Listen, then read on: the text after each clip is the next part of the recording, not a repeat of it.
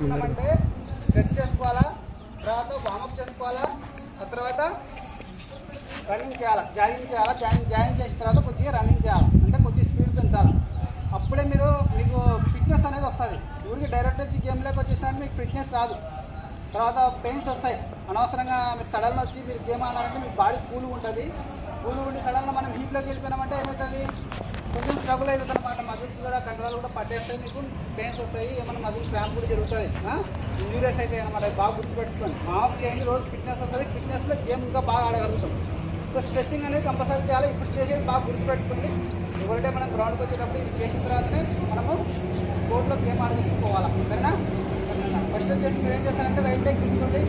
Right leg తీసుకొని కిందికి టోస్ని stretch చేయండి, అప్ చేయండి, ఇన్సైడ్ స్ట్రెచ్ చేయండి, డౌన్వర్డ్ స్ట్రెచ్ చేయండి, అప్వర్డ్ స్ట్రెచ్ చేయండి, ఇన్సైడ్ స్ట్రెచ్ చేయండి, అవుట్ సైడ్ స్ట్రెచ్ చేయండి.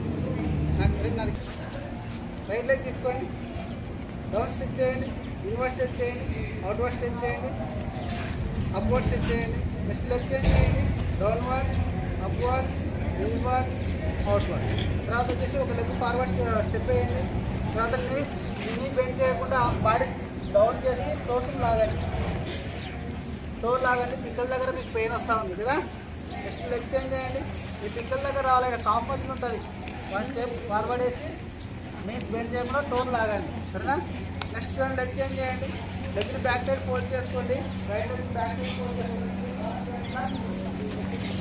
బ్యాక్ సైడ్ ఫోల్డ్ చేసి బాగా లాగాల.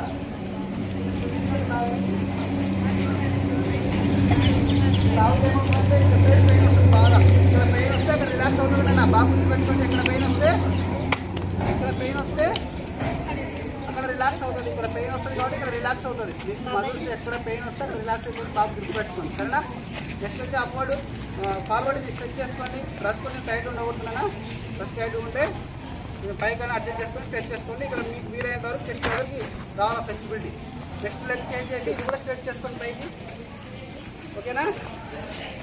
నెక్స్ట్ వచ్చేసి ఫార్వర్డ్ బెండ్ అవ్వండి. హ్యాండ్స్ ప్యాక్ చేసుకొని అప్వర్డ్ స్ట్రెచ్ చేయండి బాగా. ఫింగర్స్ని స్ట్రెచ్ చేయండి. చేసిన తర్వాత అక్కడ టోస్ని అక్కడ స్ట్రెచ్ చేయండి. మళ్ళీ టోస్ స్ట్రెచ్ చేయండి బాడీని. తర్వాత డౌన్వర్డ్, ఫార్వర్డ్ అయితే డౌన్ అవ్వండి. మొత్తం కవర్ చేసుకోండి. నాటి రైట్ సైడ్ టర్న్ అవ్వండి, స్ట్రెచ్ చేస్తూ మళ్ళీ సెంటర్కి రండి, మళ్ళీ లెఫ్ట్ సైడ్ పోండి, మళ్ళీ సెంటర్కి రండి. మళ్ళీ అప్వర్డ్ వచ్చేసేయండి. ఫింగర్స్ని వదిలేసి బ్యాక్ సైడ్ సపోర్ట్ తీసుకోండి హిప్ మీద. మళ్ళీ బ్యాక్ సైడ్ మేము కాళ్ళ మధ్యన ఒక 1 ఫీట్ తీసుకోండి. ఒక ఫీట్ మీరు గ్యాప్ తీసుకొని మీ లెగ్స్ మధ్యన బ్యాక్ సైడ్ బ్యాలెన్స్గా మెల్లిగా స్ట్రెచ్ చేసుకోండి.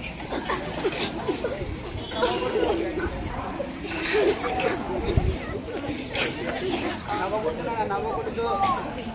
నేను ఎన్నోసార్లు చెప్పిన అట్లా చేయకూడదు అనుకుంటాను. స్ట్రెచ్చింగ్ చేయకూడదు, అట్లా ఇబ్బంది అవుతుంది కదా. మనం స్ట్రెచ్ చేస్తుంటాం కదా. ఇక్కడ ఉన్నటువంటి పార్ట్స్కి ఇబ్బంది అవుతుంది కదా. మనం నవ్వుతారు ఎవరైనా స్ట్రెచ్ చేసేటప్పుడు. తర్వాత హ్యాండ్ సపోర్ట్ తీసుకొని ఇక్కడ రైట్ సైడ్కి రైట్ హ్యాండ్ తీసుకొని రైట్ సైడ్కి వచ్చేసి ఇలా లెఫ్ట్ హ్యాండ్తో రైట్ సైడ్ స్ట్రెచ్ చేసుకున్నానా. లెఫ్ట్ హ్యాండ్ సపోర్ట్తో రైట్ సైడ్ స్ట్రెచ్ చేసుకోండి. నెక్స్ట్ వచ్చేసి రైట్ హ్యాండ్ సపోర్ట్తో లెఫ్ట్ సైడ్ స్ట్రెచ్ చేసుకోండి. నేను మీకు ఆపోజిట్లో చెప్తున్నారా, అర్థమవుతుందా? నేను మీకు ఆపోజిట్లో చెప్తున్నా. బాడీ అంతా స్ట్రెచ్ చేసుకోండి, ఓకేనా? ఇక్కడ వరకు అయిపోయింది కదా. బాగా కరెక్ట్గా గుర్తుండడం కోసం నేను ఏం చేస్తున్నాను, ఇలా బాటం నుంచి టాప్ వరకు చెప్తా ఉన్నా. మీరు టాప్ టు బాటం వరకైనా చేయొచ్చు, బాటం నుంచి టాప్ వరకైనా చేయొచ్చు. అర్థమైంది కదా? కింద నుంచి పైకి నేను చెప్పడం, పై నుంచి కిందికి, ఈ ఆర్డర్లో ఏదో ఎట్లనైనా చేసుకోండి, సరేనా? కింద నుంచి పైకి చెప్తాను, గుర్తుండడం లెగ్స్ దగ్గర నుంచి చెప్తా ఉన్నాను. ఇక్కడ వరకు రిలాక్స్ అవుతుంది. అప్పుడే మీకు అర్థమైందా? బాడీ రిలాక్స్ అవుతుంది. ఇప్పుడే మీరు స్ట్రెచ్చింగ్ చేసినా కదా కొంచెం రిలాక్స్ అవుతుంది. మీరు కావాలంటే గమనించండి. బాగా గేమ్ ఆడిన తర్వాత స్ట్రెచ్చింగ్ చేసుకోండి. అంటే స్టార్టింగ్ చేయాలి, ఎండింగ్ చేయాలి. గేమ్ అంతా ఆడిన తర్వాత కూడా మళ్ళీ స్ట్రెచ్ చేసుకోవాలి. నువ్వు బాడీ రిలాక్స్ ఉంటుంది. ఫ్రెష్గా నువ్వు అయితే గేమ్ ఆడడానికి ఎట్లా వచ్చుంటావో మళ్ళీ ఫ్రెష్గా అట్లా మళ్ళీ గేమ్ ఆడిన ఫ్రెష్గా స్టార్టింగ్లో ఎలా ఉన్నామో అలా వెళ్ళాలి. అంటే స్టార్టింగ్ స్ట్రెచ్ చేసుకోండి గేమ్కి ముందు. గేమ్ అంతా ఆడిన తర్వాత మళ్ళీ వెళ్ళేటప్పుడు కూడా స్ట్రెచ్చింగ్ చేసుకుని వెళ్ళండి. మీ బాడీ అంతా పెయిన్స్ ఏమి ఉండకుండా రిలాక్స్గా ఉంటాయి. మళ్ళీ ఫ్రెష్గా రెడీగా ఉంటుంది. అర్థమైంది కదా? సో ఈ విధంగా. సో ఇక్కడ వరకు అయిపోయింది కదా మనకి. ఇప్పుడు ఈ షోల్డర్స్ ఇక్కడ 5 పార్ట్స్ చేద్దాము. ఈ షోల్డర్స్ హ్యాండ్స్, చెస్ట్ పార్టికల్ ఏం చేయాలంటే హ్యాండ్స్ని ఇట్లా బాగా మన చిన్న దగ్గర గడ్డం దగ్గర ఇలా స్ట్రైట్గా తీసుకొచ్చి బాగా పైకి గడ్డం దగ్గర తీసుకొచ్చి షోల్డర్ కూడా లాక్ చేయాలి. షోల్డర్ స్ట్రెచ్ లాక్ చేయాలి. లాక్ చేయాలి. ఏం చేయాలంటే కిందకి డౌన్ చేయాలి. ఈ చేతులు వదలకుండా లాక్ అంటే రాదన్నమాట. లాక్ అంటే గట్టిగా పట్టుకోవాలని అర్థం. లాక్ అంటే కాలం మీద రాదని అర్థం. గట్టిగా పట్టుకొని చిన్నగా హ్యాండ్స్ని డౌన్ చేసేయాలి. అప్పుడు బాగా ఇక్కడ ఈ పార్ట్స్ అంతా మనకి స్ట్రెచ్ అవుతాయి. స్ట్రెచ్ అవుతుంది బాగా. తర్వాత ఏం చేయాలి, మళ్ళీ పైకి అనేసి ఈ హ్యాండ్స్ రిలీజ్ చేసేసి అప్ ఉన్న హ్యాండ్ని కిందికి తీసుకోవాలి, డౌన్ తీసుకోవాలి. డౌన్ ఉన్న హ్యాండ్ అప్ తీసుకొని సేమ్ యాక్టివిటీ మళ్ళీ ఏం చేయాలి, కింద దగ్గర గడ్డం దగ్గర బాగా ఈ రెండు ఎల్బోలు స్ట్రైట్గా వచ్చినాయా, రెండు ఎల్బోలు స్ట్రైట్ వచ్చినాయా నాకు చూడండి. అట్లా వచ్చేదా ట్రై చేయండి. ఎవరైనా ఇబ్బంది ఉంటే చేయొద్దండి, మెల్లిమెల్లిగా చేయండి. రోజు చెక్ చేస్తే మీకు హ్యాండ్స్ ఇంకా వస్తాయి, చెక్కింగ్ బాగా వస్తుంది. అర్థమైందా? ఏం చేయాలి, లాక్ చేసేసి చిన్నగా డౌన్ చేయాలి. బాగా స్ట్రెచ్ అవుతున్నాయి అయితే బాగా స్ట్రెచ్ అవుతుంది. మార్నింగ్ లేసి అస్సలు ఏం చేయలేని పెద్ద కష్టం. మనం ఎక్సర్సైజ్ కంపల్సరీ చేయాలా. మార్నింగ్ స్ట్రెచ్చింగ్ చేసినా కూడా బాగా ఎంత ఫ్రెష్ ఉంటుంది చూడండి. ఉదయం లేసినా స్ట్రెచ్చింగ్ చేసి చూడండి ఎంత రిలాక్స్ అయితే ఉంటుంది చూడండి. బాగా ఫ్రెష్ ఉంటుంది. స్ట్రెచ్చింగ్ చేసినాక చిన్న ఎక్సర్సైజ్, రొటేషన్ ఎక్సర్సైజులు, వార్మింగ్ అప్ ఎక్సర్సైజ్ చేసినారంటే ఇంకా బాగుంటుంది. వార్మింగ్ అప్ ఎక్సర్సైజ్ చేస్తే ఇంకా బాగుంటుంది. అర్థమైతే? ఇప్పుడు హ్యాండ్స్ రిలాక్స్ చేసేది కానీ బాగా స్ట్రెచ్ అయినా బాగా బాడీ ఇక్కడ అంతా బాగా స్ట్రెచ్ అయింది. తర్వాత ఇక్కడ బైసెప్స్, ట్రైసెప్స్ అని ఉంటాయి. రెండు బైసెప్స్, ట్రైసెప్స్ ఉన్నాయి. ఈ రెండు మజిల్స్కి స్ట్రెచింగ్ చేసుకోవాలి. చూడండి హ్యాండ్ని మనము బ్యాక్ సైడ్ ఇట్లా ఫోల్డ్ చేసేసేది, బ్యాక్ సైడ్ ఫోల్డ్ చేసేసేది రైట్ హ్యాండ్. తర్వాత లెఫ్ట్ హ్యాండ్తో మనం ఏం చేయాలంటే ఎల్బోతో మనము లెఫ్ట్ హ్యాండ్ సైడ్ లాక్కోవాలి. మీకు ఆపోజిట్ చెప్తున్నాను, లెఫ్ట్ హ్యాండ్ సైడే లాక్కోవాలి. చూడండి బ్యాక్ సైడ్ లాక్ చేసుకోండి,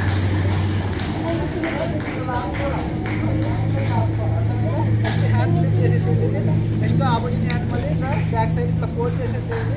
తర్వాత నెక్స్ట్ హ్యాండ్ని సపోర్ట్ తీసుకోండి. రైట్ హ్యాండ్తో రైట్ హ్యాండ్ సైడ్ లాక్కోవాలి. లెఫ్ట్ హ్యాండ్ ఎల్బోని మన రైట్ హ్యాండ్ సైడ్కి లాక్కోవాలన్నమాట. ఇలా లాక్కుంటే ఏమవుతుందంటే ఇదల్లా రిలాక్స్ అవుతుంది. అవుతుందా? ఈ పక్క బైసెప్స్, ఇంతకుముందు ట్రైసెప్స్ కాంట్రాక్షన్ అవుతాయి, బైసెప్స్ అనేవి కాంట్రాక్షన్ అవుతాయి, ట్రైసెప్స్ అనేవి ఎక్స్టెన్షన్ అవుతాయి అన్నమాట. ఇట్లా రిలాక్స్ అవుతాయి, రెండు మజిల్స్ ఇన్వాల్వ్ అవుతాయి. సరే నెక్స్ట్ చూడండి, ఫోర్ హామ్ చూసుకోండి. ఫోర్ హామ్కి చూడండి, ఫోర్ హామ్ బ్యాక్ హామ్ కదా. మనం బ్యాడ్మింటన్ ఆడతాం, బాల్ బ్యాడ్మింటన్ ఆడేటప్పుడు, షటిల్ బ్యాడ్మింటన్ ఆడేటప్పుడు ఈ ఫోర్ హామ్ బ్యాక్ హామ్ స్కిల్స్ ఉన్నాయి కదా. ఇట్లా ఆడితే ఏమంటాం, బ్యాక్ హామ్ ఆడుతున్నామని అర్థం. ఇట్లా ఆడే స్కిల్ని ఏమంటాం మనం, ఫోర్ హామ్ అంటాం అని చెప్తున్నాం కదా మనం. ఇట్లా ఫోర్ హామ్ ఇది అంటే ఫ్రంట్ ఉండేది ఫోర్ హామ్, బ్యాక్ ఉండేది బ్యాక్ హామ్. మన హ్యాండ్కి బ్యాక్ సైడ్ ఉండేది బ్యాక్ హామ్, మన హామ్కు హ్యాండ్ ఫోర్ సైడ్ అంటే ఫ్రంట్ సైడ్ ఉంటే ఫోర్ హామ్. అర్థమైంది కదా? సరే ఇప్పుడు ఫోర్ హామ్ మజిల్స్కి మనం స్ట్రెచ్ చేసుకోవాలి. చూడండి స్ట్రైట్గా హ్యాండ్ని మనం రేజ్ చేసి ఇట్లా ఫార్వర్డ్ రేజ్ చేసి ఫింగర్స్ను ఎల్బో బెండ్ చేయకుండా, అంటే ఇట్లా పెట్టుకోకుండా బెండ్ చేయకుండా స్ట్రైట్ పెట్టుకొని ఫింగర్స్ని బాగా స్ట్రెచ్ చేయండి. బాగా స్ట్రెచ్ చేసుకొని మీకు పెయిన్ వస్తుంది ఎంతవరకు వస్తే అంతవరకు లైట్గా స్ట్రెచ్ చేయండి. ఇబ్బంది పెట్టాగానే రోజు స్ట్రెచ్ అవుతుంది, మంచిగా ఉంటుంది అనమాట. మళ్ళీ హ్యాండ్ ఏం చేసి టర్న్ చేయాలి. టర్న్ చేసి మెల్లిగా లాక్కోండి. ఇప్పుడు ఇట్లా టర్న్ చేసి బ్యాక్ హ్యాండ్ చేసేటప్పుడు ఇక్కడ రిస్ట్లో పెయిన్ ఏమైనా వస్తుంటే చిన్నగా మెల్లిగా చేయండి. రిస్ట్లో లాకుండా ఫింగర్స్ లాక్కోండి చిన్నగా ఇట్లా. చిన్నగా ఇక్కడ ఈ సైడ్ పైన వస్తుంది, ఇక్కడ రిస్ట్లో లైట్గా వస్తుంది. చూసుకొని హెవీగా వస్తుంటే వదిలేసేయండి పెయిన్. నెక్స్ట్ హ్యాండ్ చేంజ్ చేయండి. ఇప్పుడు కూడా ఇట్లా బ్యాక్ హ్యాండ్ చేసినారు, దీన్ని బ్యాక్ హ్యాండ్ చేయండి. మళ్ళీ హ్యాండ్ని మళ్ళీ టర్న్ చేయండి. ఫింగర్స్ని మాత్రమే లాగాల, ఫింగర్స్ని లాగితే ఇక్కడ ఉన్న మజిల్స్ అన్నీ లాగుతున్నాయా లేదా అందరికీ? సరే ఎక్కడ దగ్గర అయిపోయింది, ఎక్కడి వరకు అయిపోయింది? ఇక్కడ స్ట్రెచ్చింగ్ మర్చిపోకుండా మీకు నేను ఆర్డర్లో చెప్తా ఉన్నా. కరెక్ట్గా అర్థమవుతుందా మీకు? మర్చిపోకుండా నెక్స్ట్ ఏం చేయాలని మర్చిపోకుండా కింద నుంచి మనము బాటమ్ నుంచి ఒక్కొక్క స్టెప్ చెప్పుకుంటా, ఒక్కొక్క పార్ట్కి చెప్పుకుంటూ వస్తున్నాం. మర్చిపోయే అవకాశం కూడా లేదు, ఛాన్స్ కూడా లేదు కదా. కరెక్టా కదా? తర్వాత నేను అన్నీ మళ్ళీ అడుగుతా ఏమేమి చేసుకుంటూ వచ్చినాము అని నాకు చెప్పాలి సరేనా. నెక్స్ట్ ఏం చేస్తున్నాము, నెక్ చేయాలి నెక్స్ట్ కదా. ఇక్కడి వరకు వచ్చినాం కదా, నెక్ చేద్దాం. నెక్ ఫార్వర్డ్ స్ట్రెచ్చింగ్ చేయాలి. ఇట్లా హ్యాండ్ సపోర్ట్ తీసుకొని ఇక్కడ పైన స్ట్రెచ్ చేసుకోండి. మళ్ళీ ఏం చేయాలా, థంబ్ సపోర్ట్ తీసుకొని కింద దగ్గర ఇట్లా ప్రెస్ చేస్తే అప్వర్డ్ బ్యాక్వర్డ్ వెనక్కి స్ట్రెచ్ చేయండి. తర్వాత రైట్ సైడ్ స్ట్రెచ్ చేసుకోండి. రైట్ హ్యాండ్ తీసుకొని సపోర్ట్ రైట్ హ్యాండ్ సైడ్ చేసుకోండి.